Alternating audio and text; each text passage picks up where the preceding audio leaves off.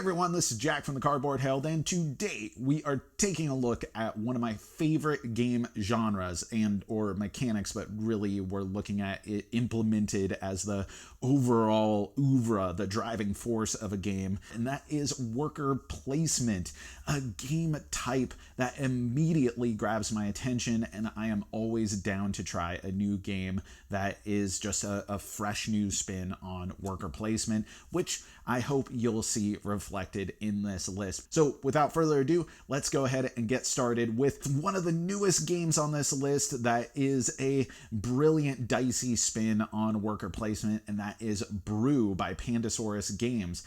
It is just such a feast on the table, and it integrates the dice worker placement with area control, something that I haven't really seen in the past, and it's more of a puzzly area control. So much about the game is the manipulation of dice amongst the forests and switching around your own dice, switching around other players' dice, being able to place additional dice, manipulate your dice so that way they can go on specific spots.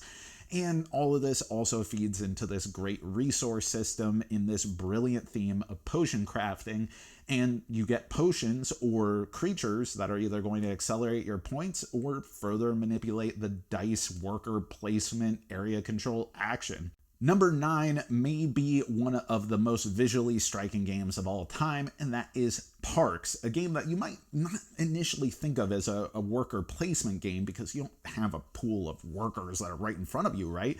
They're on the trail, and you only have 2 workers, but nonetheless, one of the iconic aspects of worker placement is that you're utilizing that commitment of a worker to a space as your action selection, and in some way that is affecting other players or your own availability of that spot, blocking it off. And that is exactly what you do, just on a progressive range of spaces. You are going with your hikers down the line towards the end of the trail, reaping the rewards, getting the resources, getting your cool bear tokens, and ultimately trying to take the photos, get the pictures, do all the things.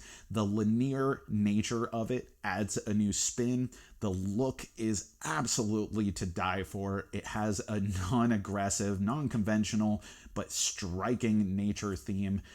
Parks is really the whole package, and the Nightfall expansion makes it even better. Number 8 is another one of the latest games to be hitting this list, but it made a huge impression on me, and that's Circadian's First Light, 2nd edition specifically, because I haven't played the 1st edition, and 2nd edition ties it more into the rest of the Circadians line that Garphill is continuing to come out with, which I could have picked any number of Garphill games to go on here, but something about Circadians just really struck me. First off, I love the setting. It's a sort of optimistic and also blue-collar future. I love that there's this continual accrual of dice, but are you going to use them for the resources or to obtain new dice, or are you going to do that permanent commitment in order to get points? It's just a really tight ecosystem, and as is the standard for Garphill games, it has an excellent automated system for playing solo, and any game where you can smog a ton of resources together and then just spend them all. Love it. Number 7 is Everdell, an absolute delight of a game that is the fulfillment of my childhood fantasy of living in Redwall, or I guess not living in Redwall, but at least getting to play there. It has this sort of terraforming Mars aspect of utilizing all of these cards that you put into play that could have varying effects on one another, triggering powers, creating efficiencies, being an engine builder, but at its core, the way that you interact with the board, the way that you accumulate things and drive the game forward is the worker placement. And I find it very curious and different and odd in the best sort of ways how it has this asynchronous round progression where when a player is ready, they pass into the next round, gaining more workers, and then they can use those workers on spots. But that doesn't mean other players have passed into the next round as well. Absolutely visually stunning. It has a tight ecosystem and has only been made better with some of the expansions that have come out since. Number 6 is the game du jour of recent, and that is Dune Imperium. I'm a huge Dune fan. I'm a huge worker placement fan. I'm not as much of a fan of just straight up deck building games, but the integration of almost equal measures of this sort of auctioning system or bidding system with the area control at the bottom of the board, the conflict at the end of a round, as well as the deck building where you're building up your deck, and the deck itself, the cards that you play are restricting what you have access to with the placement of your workers, is so beautifully done, and it creates this ecosystem where everything weaves together brilliantly and adds tension upon itself. It's a game where any of these three elements would not have worked on their own as the core mechanic of a game. Even though I do think worker placement is ultimately the main drive of the game, it's a game where all three of those mechanics complement each other so smartly that it is absolutely better than the sum of its parts. Now, did it seem like I was only going to have one Garphill game on this list? Well, I may have led you to believe that, but ultimately I decided I needed to have a second one on here, and this is one that I think people love, but is not usually at the top of their list, and that is Raiders of Scythia coming in at number 5. And of course, this is a retheming and repackaging of kind of the collection of the Raiders of the North Sea games. I think it is a better standalone release than Raiders of the North Sea itself, and I absolutely think the theme is to die for. The artwork is really bold and evocative and interesting, and the game system, the worker placement, where you place a worker and then pull a separate worker, is so good. Like, it's such an interesting system for the game because the different colors of workers may restrict the different places that you can go to.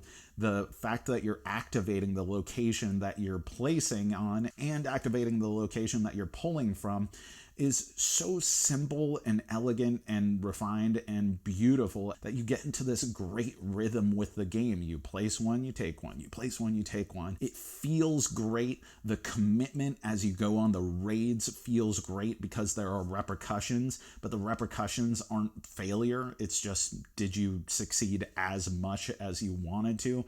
And the momentum as you build up your crew with all of your different possibilities and your strengths and ultimately go on to raid Greece is awesome. Number 4, and kind of keeping it old school for a lot of this list. I mean, not entirely old school, but number 4 is Lords of Waterdeep. Yes, the old classic at this point.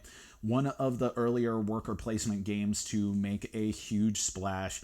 It is a game that brings Dungeons and Dragons to life for a lot of people who don't normally play Dungeons and Dragons or aren't familiar with that world. And it is just the ultimate worker placement. You play something, you get some resources, you add buildings to the board, you create incentivized worker placement areas for other players to go to.